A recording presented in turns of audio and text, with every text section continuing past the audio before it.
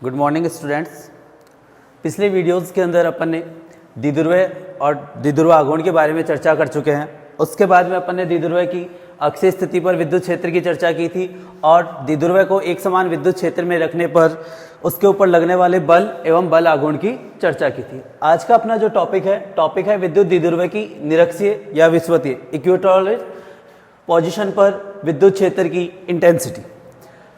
तो अपन सबसे पहले वर्ड्स लिखा हुआ है अपने पास विद्युत द्विध्रुव, तो अपन एक डायपोल बनाएंगे, उसकी निरक्षीय यानी जो दोनों आवेशों को मिलाने वाली रेखा के लंबवत रेखा होगी उसके ऊपर अपने को इलेक्ट्रिक फील्ड की इंटेंसिटी ज्ञात करनी है। सबसे पहले अपन एक डायपोल बनाते हैं, ये माइनस क्यू चार्ज और ये प्लस क्यू चार्ज। अपने को पता है कि डायपोल के बीच की जो डिस्टेंस होती है d is equals to 2a। ये minus Q charge A point पर रखा हुआ है, plus Q charge B point पर रखा हुआ है।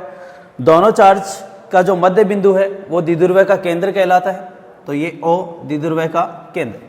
ये वाली डिस्टेंस हो जाएगी अपने पास a, ये वाली डिस्टेंस भी हो जाएगी अपने पास a। अपने को इस द्विध्रुव की निरक्षीय रेखा पर, और निरक्षीय रेखा कौन सी रेखा होती है? दोनों आवेशों को मिलाने वाली रेखा के लंबवत और केंद्र से गुजरने वाली जो रेखा होती है वो कहलाती है द्विध्रुव की निरक्षीय रेखा कहलाती है। उसके ऊपर अपने को इलेक्ट्रिक फील्ड इंटेंसिटी ज्ञात करनी है। तो अपन ये द्विध्रुव की निरक्षीय रेखा जो केंद्र से कितनी दूरी पर है? r दूरी पर है। इस के पॉइंट P पर अपने को ज्ञात करनी है electric field intensity. Electric field intensity ज्ञात करने के लिए माइनस क्यू चार्ज के कारण मैं मान लेता हूं इलेक्ट्रिक फील्ड इंटेंसिटी E1 है, प्लस क्यू चार्ज के कारण पॉइंट P पर इलेक्ट्रिक फील्ड इंटेंसिटी जो है वो है E2। तो माइनस क्यू चार्ज के कारण इलेक्ट्रिक फील्ड इंटेंसिटी ले ली है मैंने E1, प्लस क्यू चार्ज के कारण इलेक्ट्रिक फील्ड इंटेंसिटी ले ली है मैंने E2। डायरेक्शन की अगर अपन बात करें, मान लो ये दोनों थीटा एंगल बनाते हैं यहाँ से। डायरेक्शन की बात करें तो अपने को पता है कि माइनस क्यू चार्ज के कारण हमेशा इलेक्ट्रिक फील्ड की डायरेक्शन उस बिंदु की तरफ होती है, उस बिंदु से चार्ज की तरफ होती है, और प्लस क्यू आवेश के कारण जो इलेक्ट्रिक फील्ड इंटेंसिटी होती है वो चार्ज से पॉइंट P की तरफ होती है जहां पर अपने को इलेक्ट्रिक फील्ड इंटेंसिटी ज्ञात करनी है। यानी माइनस क्यू चार्ज के कारण जो E1 की डायरेक्शन होगी वो PA की ओर होगी, और प्लस क्यू चार्ज के कारण जो इलेक्ट्रिक फील्ड इंटेंसिटी की डायरेक्शन होगी वो होगी अपनी BP की ओर। इसको यदि मैं आगे बढ़ाऊं, अब एक ही पॉइंट P पर इलेक्ट्रिक फील्ड की दो डायरेक्शन हो गई। एक ही पॉइंट P पर इलेक्ट्रिक फील्ड की क्या हो गई? दो डायरेक्शन हो गई। तो अपन क्या करेंगे, पॉइंट P पर इलेक्ट्रिक फील्ड को कंपोनेंट्स में तोड़ेंगे। जैसे इसको कंपोनेंट्स में तोड़ेंगे तो क्या होगा, ये वाला एंगल थीटा है तो ये वाला एंगल भी क्या होगा? थीटा। ये वाला एंगल थीटा है तो ये वाला एंगल भी होगा थीटा। ये हो गया अपने पास E1 और ये वाला आ गया अपने पास E2। कंपोनेंट्स में तोड़ें, इनको मैं अलग से डायग्राम में शो करूं तो अपने पास एक स्थिति है, ये है अपना E1, ये एंगल है थीटा। तो जो अपना क्षैतिज कंपोनेंट होगा वो कॉस थीटा होगा और वर्टिकल कंपोनेंट है वो साइन थीटा होगा। यानी ये आ जाएगा अपने पास E1 कॉस थीटा, या ये भी याद रख सकते हो कि जिसके साथ थीटा एंगल होता है वो कॉस थीटा होता है और जो परपेंडिकुलर होता है वो साइन थीटा होता है। और ये आ जाएगा अपने पास E1 साइन थीटा। तो यहाँ पर मैं वैल्यू रख देता हूँ E1 कॉस थीटा, ये वाली वैल्यू आएगी अपने पास E1 साइन थीटा। इसी प्रकार इस वाले की अगर अपन बात करें तो ये वाली जो पोजीशन है अपने पास इस प्रकार से है।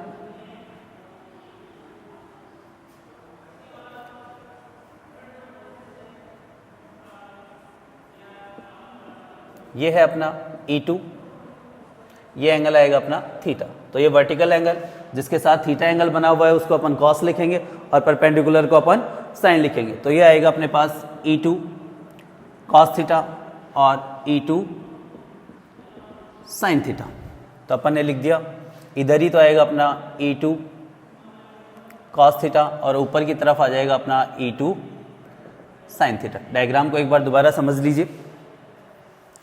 अपन ने सबसे पहले एक डायपोल लिया, माइनस क्यू चार्ज और प्लस क्यू चार्ज। इस डायपोल का सेंटर पॉइंट है O। डायपोल के बीच की जो डिस्टेंस है, यानी दोनों चार्ज के बीच की जो डिस्टेंस है डायपोल में, वो d is equals to 2a है। इस डायपोल के कोएक्सियल पोजीशन पर यानी निरक्षीय स्थिति पर पॉइंट P पर अपने को इलेक्ट्रिक फील्ड इंटेंसिटी ज्ञात करनी है। इलेक्ट्रिक फील्ड इंटेंसिटी ज्ञात करने के लिए मैं मान लेता हूं कि माइनस Q चार्ज के कारण इलेक्ट्रिक फील्ड इंटेंसिटी है वो पॉइंट P पर E1 है, प्लस Q चार्ज के कारण पॉइंट P पर इलेक्ट्रिक फील्ड इंटेंसिटी E2 है। इस E1 की जो डायरेक्शन होगी वो अपने पास P से A की ओर होगी यानी आवेश की तरफ होगी, और E2 की जो डायरेक्शन होगी वो अपने पास B से P की ओर होगी।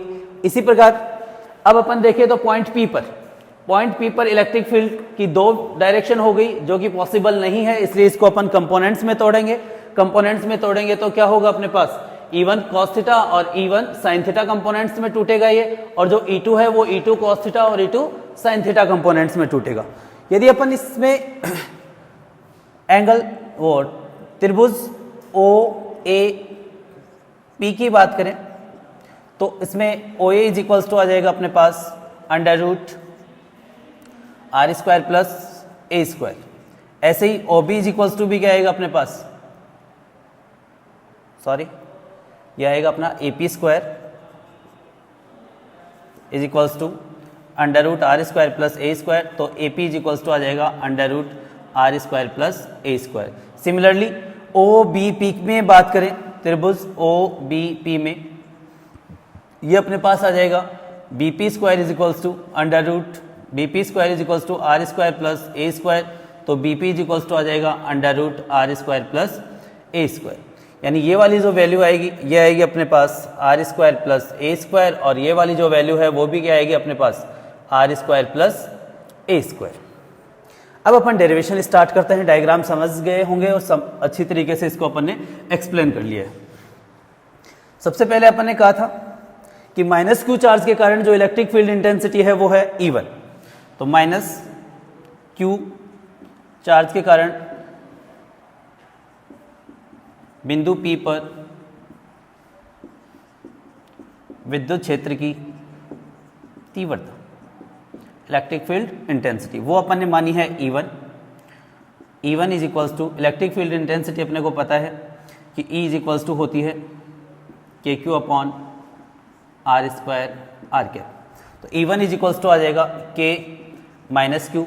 R स्क्वायर की बात करें तो R होगा इसके लिए under root R square plus A square, इसका होल स्क्वायर किया जाएगा तो अपने पास आ जाएगा R square plus A square. Direction की अगर मैं बात करूं तो डायरेक्शन आएगी इसकी PA की ओर। तो यहां पर मैं डायरेक्शन शो कर रहा हूं PA की ओर। तो ये आ गया अपने पास E1 is equals to minus का KQ upon R square plus A square. Direction आ गई इसकी अपने पास PA की ओर। मैग्नीट्यूड निकालने इसका, मैग्नीट्यूड निकालेंगे तो mod of E1 is equals to आ जाएगा अपने पास KQ अपॉन जो माइनस वाला है वो किस में बदल जाएगा, प्लस वाले में बदल जाएगा। तो KQ upon R square plus A square. Direction इसकी PA की ओर। इक्वेशन नंबर फर्स्ट, ये अपन ने माइनस Q आवेश के कारण बिंदु P पर इलेक्ट्रिक फील्ड इंटेंसिटी निकाल ली है जो E is equals to KQ upon R square से निकाली है। तो mod of E1 is equals to आ गया अपने पास KQ upon R square plus A square. Equation number first. इसी प्रकार प्लस Q आवेश के कारण बिंदु P पर विद्युत क्षेत्र की तीव्रता, प्लस Q आवेश के कारण बिंदु P पर विद्युत क्षेत्र की तीव्रता E2 मानी है। तो E2 इज इक्वल्स टू आ जाएगा अपने पास K plus Q upon R square इसके लिए भी B से P की दूरी है under root R square plus A square. तो स्क्वायर करेंगे तो ये आ जाएगा अपने पास R square plus A square, और इसकी जो डायरेक्शन होगी वो होगी BP की ओर यानी बाहर की तरफ। मॉड निकाल लें इसका, तो mod of E2 is equals to आ जाएगा अपने पास KQ upon R square plus A square, और इसकी जो डायरेक्शन आएगी अपने पास वो आएगी BP की ओर।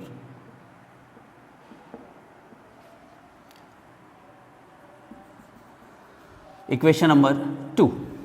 अब माइनस Q चार्ज के कारण भी पॉइंट P पर इलेक्ट्रिक फील्ड इंटेंसिटी निकल चुकी है, प्लस Q चार्ज के कारण भी इलेक्ट्रिक फील्ड इंटेंसिटी निकल चुकी है, लेकिन रिजल्टेंट इलेक्ट्रिक फील्ड इंटेंसिटी निकालने के लिए, परिणामी विद्युत क्षेत्र की तीव्रता निकालने के लिए अपन ने पॉइंट पी पर इलेक्ट्रिक फील्ड इंटेंसिटी को कंपोनेंट्स में तोड़ा था। क्यों तोड़ा था? क्योंकि पॉइंट पी पर इलेक्ट्रिक फील्ड इंटेंसिटी की दो डायरेक्शन थी, इसलिए इसको जब अपन ने कंपोनेंट्स में तोड़ा तो अपने कंपोनेंट बने थे E1 के लिए E1 cos थीटा और E1 sin थीटा, और E2 के लिए जो कंपोनेंट बने थे वो बने थे E2 cos थीटा और E2 sin थीटा। तो इक्वेशन 1 और 2 को अगर देखा जाए by equation first and second, equation 1 और 2 से देखें तो अपन mod of E1 is equals to mod of E2, यानी माइनस क्यू चार्ज के कारण पॉइंट पी पर इलेक्ट्रिक फील्ड इंटेंसिटी का मैग्नीट्यूड और प्लस क्यू चार्ज के कारण इलेक्ट्रिक फील्ड इंटेंसिटी का जो मैग्नीट्यूड है, परिणामी जो मान है, वो आपस में बराबर है। बराबर होने के कारण क्या होगा, ये E1 sin थीटा कंपोनेंट और ये E2 sin theta component, E1 बराबर E2 के है और थीटा सबके लिए बराबर है, तो E1 sin थीटा और E2 sin थीटा मैग्नीट्यूड में इक्वल हैं, लेकिन डायरेक्शन में एक दूसरे के क्या हैं, अपोजिट हैं। मैग्नीट्यूड में इक्वल हैं और डायरेक्शन में एक दूसरे के क्या हैं, अपोजिट हैं, तो क्या होगा, एक दूसरे को कैंसिल आउट कर देंगे। लेकिन E1 sin थीटा और E2 cos थीटा ये दोनों एक ही डायरेक्शन में हैं, और एक ही डायरेक्शन में है तो क्या होंगे, आपस में जुड़ जाएंगे। तो जो अपनी रिजल्टेंट इलेक्ट्रिक फील्ड इंटेंसिटी है वो सिर्फ किसके कारण आएगी, cos थीटा कंपोनेंट के कारण आएगी। यानी मैं यहां लिख सकता हूं कि अतः E1 sin theta mod of E1 sin theta and mod of E2 sin theta घटक परिमाण में समान और दिशा में, डायरेक्शन में विपरीत होने के कारण निरस्त हो जाते हैं, जबकि E1 cos theta and E2 cos theta component एक ही डायरेक्शन में होने के कारण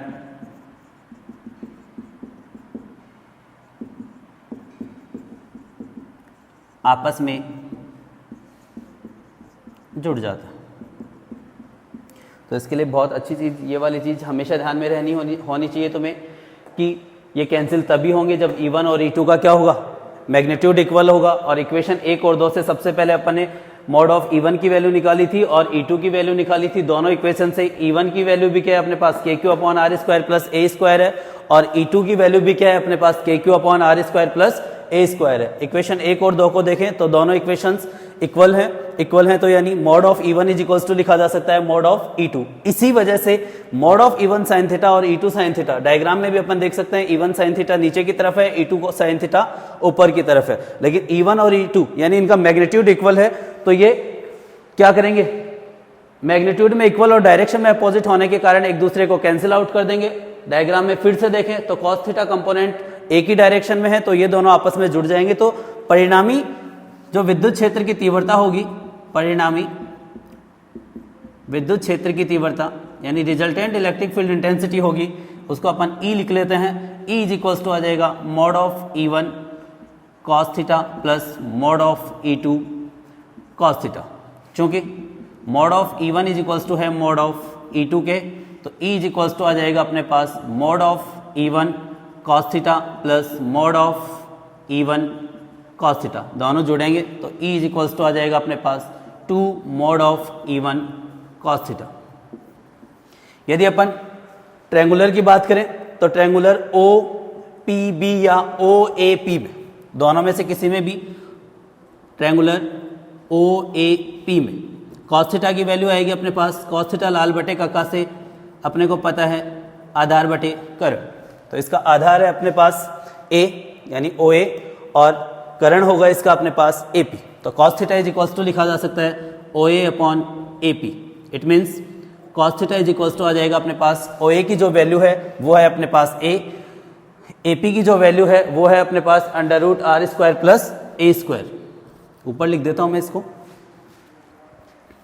तो cos theta is equals to आ गया अपने पास A upon √R² plus A²। Mod of E1 की वैल्यू अपन इक्वेशन नंबर फर्स्ट से पुट कर सकते हैं। cos थीटा की वैल्यू मैं निकाल चुका हूं, A upon √R² plus A² है। इक्वेशन में मान रखें तो अपने पास E इज इक्वल्स टू आ जाएगा, E इज इक्वल्स टू आएगा अपने पास 2, मॉड ऑफ E1 की वैल्यू है अपने पास KQ upon R square plus A square, तो KQ upon R square plus A square, cos theta की वैल्यू है अपने पास A upon under root R square plus A square. थोड़ा सा इसको अपन सही तरीके से लिखें तो K Q into 2a upon R square plus A square की पावर 3/2 लिखा जा सकता है। वी नो दैट द्विध्रुव आघूर्ण जिसको अपन P से रिप्रेजेंट करते हैं और वो होता है अपना Q इंटू 2a। द्विध्रुव आघूर्ण की डेफिनेशन फिर से बोल रहा हूँ, एक आवेश का परिमाण तथा दोनों आवेशों के बीच की दूरी का जो गुणनफल होता है वो द्विध्रुव आघूर्ण कहलाता है। तो P इज इक्वल्स टू आ जाएगा अपने पास Q into 2a, value put कर दें तो E इज इक्वल्स टू आ जाएगा अपने पास K P upon R square plus A square की पावर 3/2। फिर अपन ये भी जानते हैं कि जो दोनों द्विध्रुव होते हैं वो एक दूसरे से अल्प दूरी पर होते हैं और उनकी भी यदि a है वो आधी दूरी है, यानी 2a की आधी a है जो कि r की तुलना में क्या है, बहुत अल्प है। यानी मैं ये लिख सकता हूं यदि r is very very greater than हो a के, यानी r की जो वैल्यू है वो a की तुलना में बहुत अधिक है, तो a को r की तुलना में नेगलेक्ट किया जा सकता है नगण्य मानने पर। तो E इज इक्वल्स टू आ जाएगा अपने पास KP अपॉन आर स्क्वायर की पावर 3/2। तो ये आ गया अपने पास E is equals to KP upon R cube. इसकी रिजल्टेंट यदि डायरेक्शन देखें, रिजल्टेंट इलेक्ट्रिक फील्ड की डायरेक्शन देखें तो वो अपने पास आएगी, किधर है कॉस थीटा की डायरेक्शन, इसको अपन लिख सकते हैं BA की ओर लिख सकते हैं या OA की ओर लिख सकते हैं। तो इसकी जो डायरेक्शन आएगी वो आएगी अपने पास BA की ओर। ये आ गया अपने पास E निरक्षीय। तो निरक्षीय स्थिति पर इलेक्ट्रिक फील्ड इंटेंसिटी डायपोल के कारण जो आ रही है वो आ रही है अपने पास KP अपॉन आर क्यूब, और इसकी जो डायरेक्शन आ रही है वो आ रही है जिधर कॉस थीटा कंपोनेंट की डायरेक्शन होगी, और कॉस थीटा कंपोनेंट की डायरेक्शन क्या है, BA की ओर।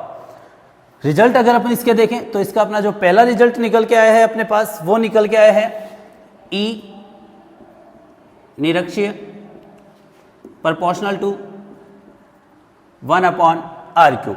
इसका मतलब ये हो गया कि द्विध्रुव की जो निरक्षीय रेखा है उस पर विद्युत क्षेत्र की जो तीव्रता है वो दूरी के घन के व्युत्क्रमानुपाती होती है। दूसरा रिजल्ट अगर अपन देखें तो दूसरा रिजल्ट, निरक्षीय स्थिति पर विद्युत क्षेत्र की तीव्रता आर क्यूब के व्युत्क्रमानुपाती होती है। बिंदुवत आवेश के लिए E बिंदुवत बात करें तो बिंदुवत आवेश के लिए ये होती है अपने पास 1 अपॉन आर स्क्वायर। इसका मतलब ये हुआ कि दूरी के साथ निरक्षीय स्थिति पर द्विध्रुव के कारण विद्युत क्षेत्र की जो तीव्रता होती है वो दूरी के साथ क्या होगी, बिंदुवत आवेश की तुलना में ज्यादा तेजी से कम होगी। बिंदुवत आवेश के कारण आर स्क्वायर के व्युत्क्रमानुपाती है, जबकि निरक्षीय स्थिति पर क्या है, आर क्यूब के व्युत्क्रमानुपाती है। तो ज्यादा क्या होगा, किसके कारण तेजी से कम होगी, कारण निरक्षीय स्थिति पर द्विध्रुव के कारण तेजी से कम होगी। एक और रिजल्ट यदि अपन देखें तो मैं इसको यहां से थोड़ा मिटा रहा हूं,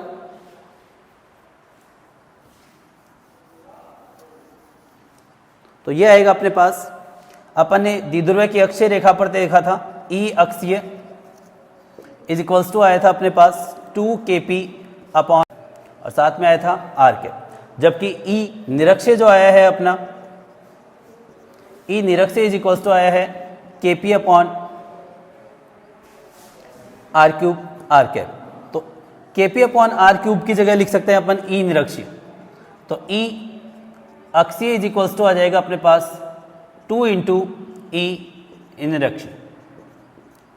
ये बहुत ही महत्वपूर्ण रिजल्ट है, परीक्षा में एग्जाम में भी ये इसी तरीके से पूछा जाता है कि सिद्ध कीजिए कि द्विध्रुव की अक्षीय स्थिति पर विद्युत क्षेत्र की तीव्रता द्विध्रुव की निरक्षीय स्थिति पर विद्युत क्षेत्र की तीव्रता का 2 गुना होती है। या फिर कभी कभी सीधा ये लिखा भी आ जा सकता है कि सिद्ध कीजिए कि E द्विध्रुव के कारण ई अक्षीय बराबर 2 इंटू ई निरक्षीय, यानी विद्युत क्षेत्र की तीव्रता, याद रखना विद्युत क्षेत्र की तीव्रता अक्षीय स्थिति पर द्विध्रुव की अक्षीय स्थिति पर द्विध्रुव की निरक्षीय स्थिति की तुलना में दुगनी होती है, या इसका अपोजिट भी बोल सकते हैं कि निरक्षीय स्थिति पर विद्युत क्षेत्र की जो तीव्रता होती है वो अक्षीय स्थिति पर विद्युत क्षेत्र की तीव्रता की क्या होगी, आधी होगी, यानी ई निरक्षीय इज इक्वल्स टू लिखा जाएगा 1/2 ई अक्षीय।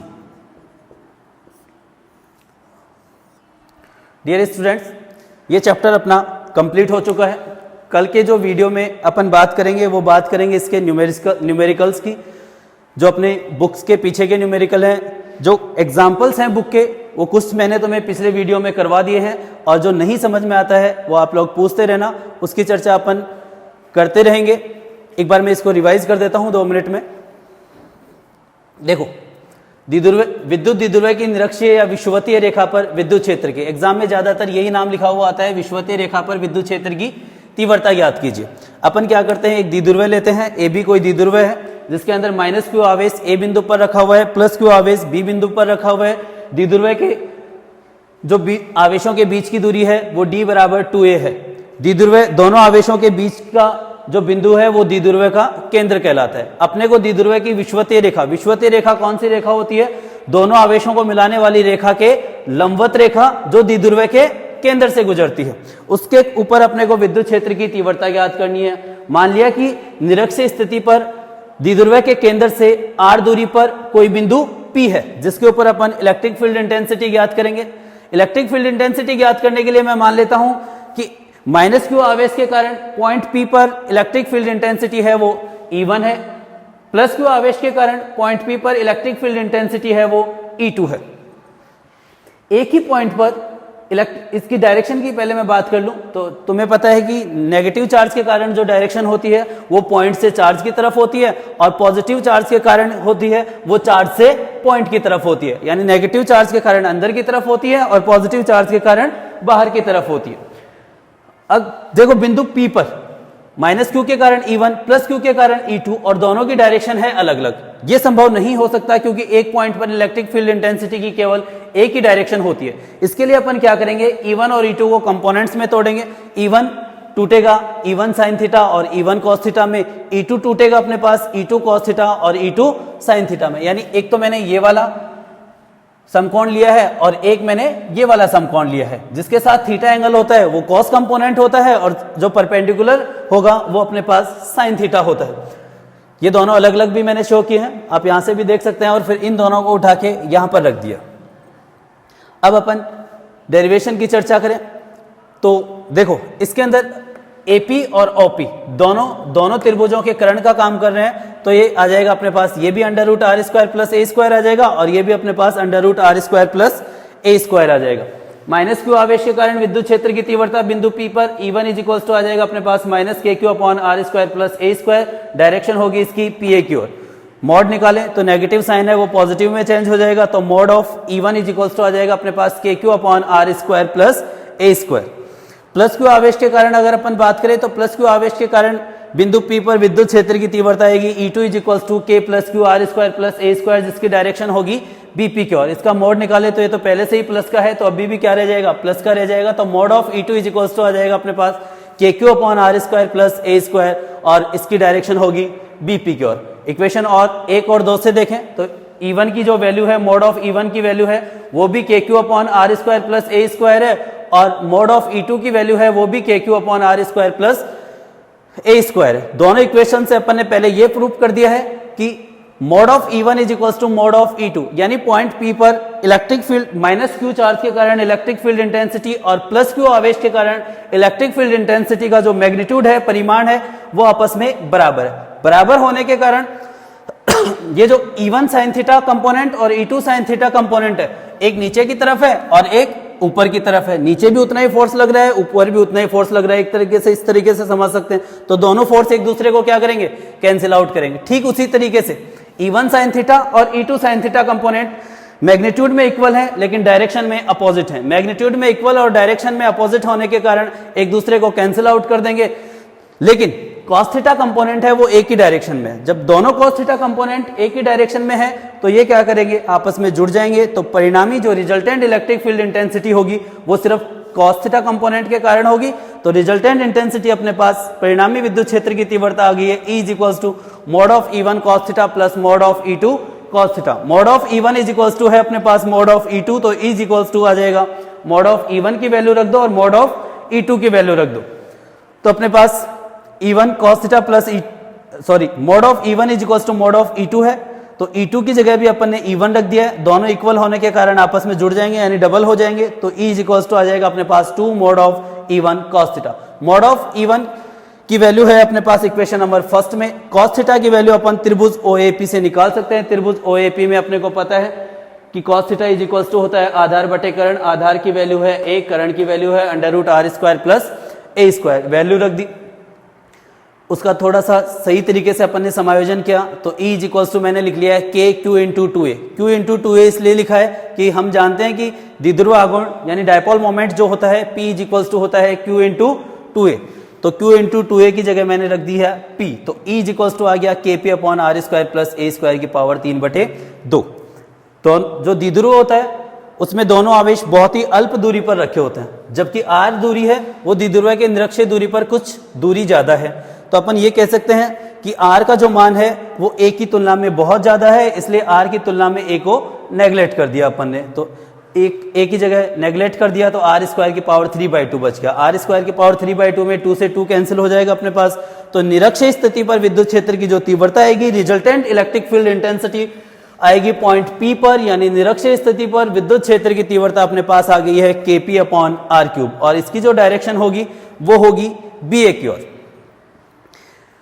पहला रिजल्ट निष्कर्ष देखें इसका अपन, तो E निरक्षीय दूरी के घन के व्युत्क्रमानुपाती आ रहा है, यानी जैसे जैसे अपन निरक्षीय स्थिति पर ऊपर की ओर जाते जाएंगे तो अपने पास क्या होगी, इलेक्ट्रिक फील्ड इंटेंसिटी कम होती जाएगी। दूसरा जो रिजल्ट आ रहा है, दूसरा रिजल्ट ये आ रहा है कि सिद्ध भी करवा लेता है कभी कभी, ये वाला क्वेश्चन भी दे देता है एग्जाम में। क्वेश्चन इस तरीके से देता है कि प्रदर्शित कीजिए कि बिंदुवत आवेश की तुलना में विद्युत द्विध्रुव की निरक्षीय स्थिति पर दूरी के साथ विद्युत क्षेत्र की तीव्रता तेजी से घटती है। तो यहां से सीधा सीधा दिख रहा है अपने को कि बिंदुवत आवेश के लिए विद्युत क्षेत्र की तीव्रता दूरी के स्क्वायर के व्युत्क्रमानुपाती होती है, जबकि निरक्षीय स्थिति पर द्विध्रुव के कारण विद्युत क्षेत्र की तीव्रता दूरी के घन के व्युत्क्रमानुपाती है। यानी जैसे जैसे दूरी के साथ आगे बढ़ेंगे बिंदुवत आवेश की तुलना में द्विध्रुव के कारण निरक्षीय स्थिति पर विद्युत क्षेत्र की तीव्रता ज्यादा तेजी से कम होती जाएगी। लास्ट वीडियो में अपन ने द्विध्रुव की अक्षीय स्थिति पर बात की थी और द्विध्रुव की अक्षीय स्थिति पर जो इलेक्ट्रिक फील्ड इंटेंसिटी आई थी वो आई थी अपने पास E = 2 KP/r³ और r², जबकि आज जो अपन ने निकाला है वो E निरक्षीय = निकाला है KP/r³। दोनों को यदि अपन KP/r³ इसकी जगह अपन क्या रख सकते हैं, E अक्षीय रख सकते हैं। तो अपन ने रख दी वैल्यू, E निरक्षीय रख सकते हैं, KP/r³ की जगह वैल्यू रखी। तो E अक्षीय = आ गया अपने पास 2 × E निरक्षीय। बोलेंगे कैसे इस चीज को, इस चीज को बोलेंगे अपन कि अक्षीय स्थिति पर इलेक्ट्रिक फील्ड इंटेंसिटी जो है वो निरक्षीय स्थिति पर इलेक्ट्रिक फील्ड इंटेंसिटी की दोगुनी होती है, या दूसरे शब्दों में अपन ये बोल सकते हैं इसको कि निरक्षीय स्थिति पर इलेक्ट्रिक फील्ड इंटेंसिटी जो है वो अक्षीय स्थिति पर इलेक्ट्रिक फील्ड इंटेंसिटी की आधी होती है। यह चैप्टर पूरा कंप्लीट हो चुका है। कल के वीडियो में अपन चर्चा करेंगे इसके सभी न्यूमेरिकल्स की, और आप इस सभी वीडियोस को अच्छी तरीके से देखना, अच्छी तरीके से समझना। कोई समस्या हो तो वो पूछ लेना। धन्यवाद।